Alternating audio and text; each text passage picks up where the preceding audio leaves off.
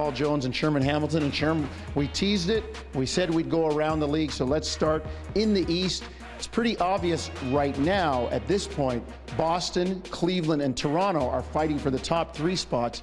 Don't count the Raptors out. They have the same number of losses as the Cavs, 8, and only 1 loss more than the Celtics, who have 7. But who's going to be that 4th team at the end of the year that's going to get that last home court spot? Right now, I'd say the mix would be between Washington, Milwaukee, and the way Indiana's playing, that they could be hanging around.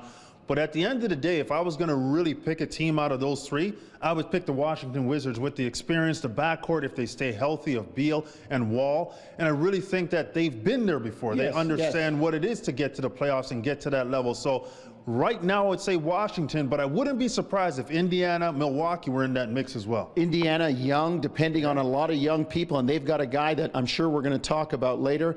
I, too, would go to Washington because of the experience, the fact that they've been in the playoffs.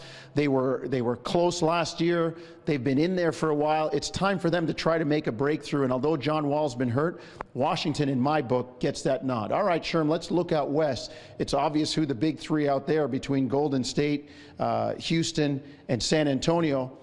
4th right now is Minnesota. A lot of people expected OKC to be in the mix. At the end of the year, who's going to be higher up in the standings, OKC or Minnesota? That's a great question. I mean, when you think about the consistency and toughness that Jimmy Butler brings to Minnesota, you know that that's going to be there all season long. The question for Oklahoma City right now is, how do they figure out this mix with Paul George and Carmelo Anthony, along with what is the whirlwind of Russell Westbrook? So right now, I think the consistency wins out, and it's going to be a shocker, but I could see Minnesota holding on there. If Jimmy Butler is pulling this thing along all season, he's going to get those young guys to play at a higher level.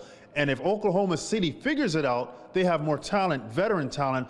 But right now, I'm putting my eggs in Jimmy Butler's basket. Me too, Sherm. I look at Oklahoma City, and we're getting close to the turn of the calendar, and they've yet to figure it out or show signs of consistency that they're figuring it out. And I think there's one guy there in Paul George that I think holds the balance of power. You know what you're going to get from Russ. Carmelo is what he is. I think Paul George is a guy that maybe can swing things, or is this just a layover on the way to the next stop for Paul George? Who knows?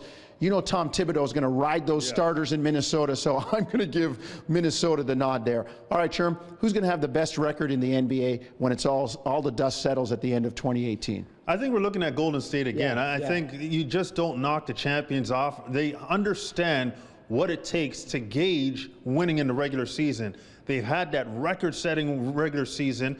They're not going to overextend themselves, but they're still going to be a team that's going to be, to me, at the top of the heap in terms of wins. So it's an obvious pick to me. I'm going to go with Golden State.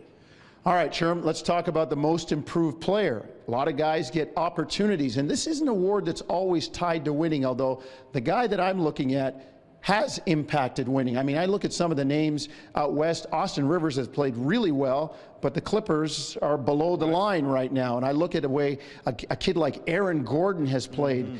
He's done a terrific job. But again, Orlando below the line. There are a couple guys in my mind that really stand out. One of them is Victor Oladipo. The other one is Jaylen Brown. I agree with you. Victor Oladipo has been unbelievably good for the Indiana Pacers, and he doesn't seem like he's going to stop. He's definitely a candidate, and I think at the end of the day, if Indiana continues to win, that he's going to be up there. But there's a question I have, and I'm going to pose it to everybody. Can you be the most improved player one year and then be in the MVP conversation the next year? But if you don't get the MVP, can you still go back to being the most improved player the second year in a row? Who is Giannis Antetokounmpo, Alex? Give that man $200. I tell you what, he's been so good, and he's been in the MVP conversation, and if he doesn't get it, I'd like to see him as the most improved player. But I agree with you. Victor Oladipo is wowing everybody right now, and I could see him walking away with that. Well, he's got a teammate, Miles Turner, who's playing pretty well, too. That award, guys come out of nowhere because they get opportunity. I mean, some of the other guys, you look at the way Gary Harris is playing when he's healthy, Nikola Jokic. There are so many guys. This award is going to be a tough one to pick. All right, Sherm, let's talk about the big fish, the MVP. You mentioned a guy, Giannis Antetokounmpo, who a lot of people figured might be in the mix. His team right now, maybe not winning enough, and it's not like last year where Russell Westbrook averaged the triple-double. Even though his team didn't have the prescribed number of wins, he still got the award. There's a lot of guys in the mix right now, contrary to popular opinion.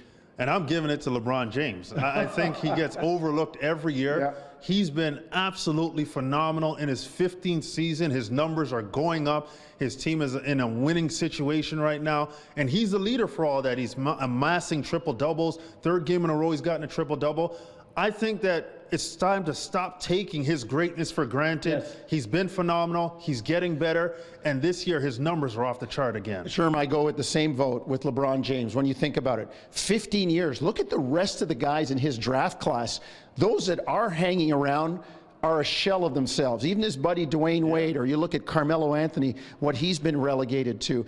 And then look at what LeBron has done. His team was in 10th, and people were wondering, were the Cavs done? LeBron just said, okay, hold on. Let me drive for the next little while. And they caught right up. They're in the second spot right now, breathing down the neck of the Celtics. And it's almost unfair to look at anybody else because LeBron has done it for so long.